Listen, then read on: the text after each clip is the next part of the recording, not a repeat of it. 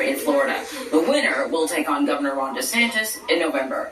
And in New York, the signature race is the 12th congressional district. There are 4 candidates, including 2 incumbents, Representatives Jerry Nadler and Carolyn Maloney. Both lawmakers entered Congress nearly 30 years ago. Another contender, attorney Saraj Patel, argues that the state needs a generational shift.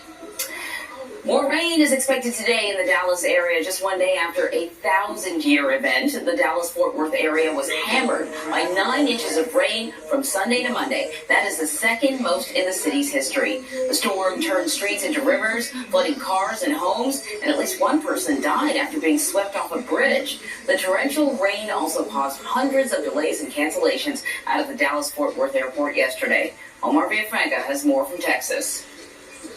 Emergency crews rescued families with children in heavily flooded Seagoville, Texas, while rains and flash flooding submerged houses, cars, and even trapped drivers in and around Dallas. But the current's so strong, going past my house, it washes away.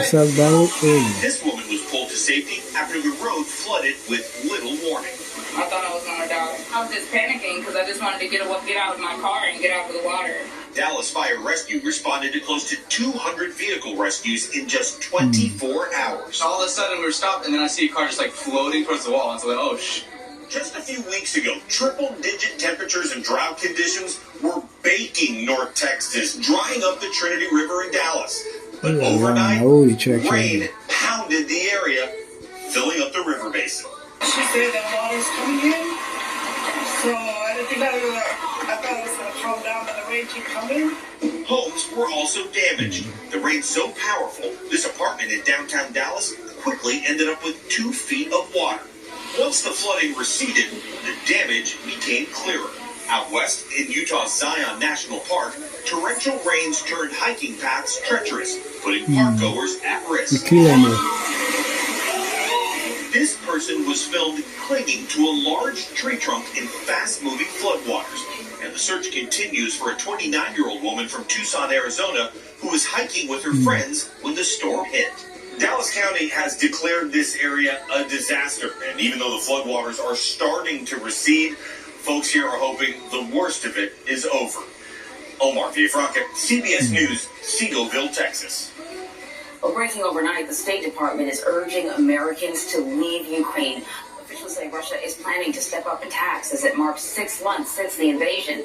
Meantime, the Kremlin is blaming Ukraine for the death of Daria Dugina, the 29-year-old who is the daughter of a Putin ally, was killed in a car explosion.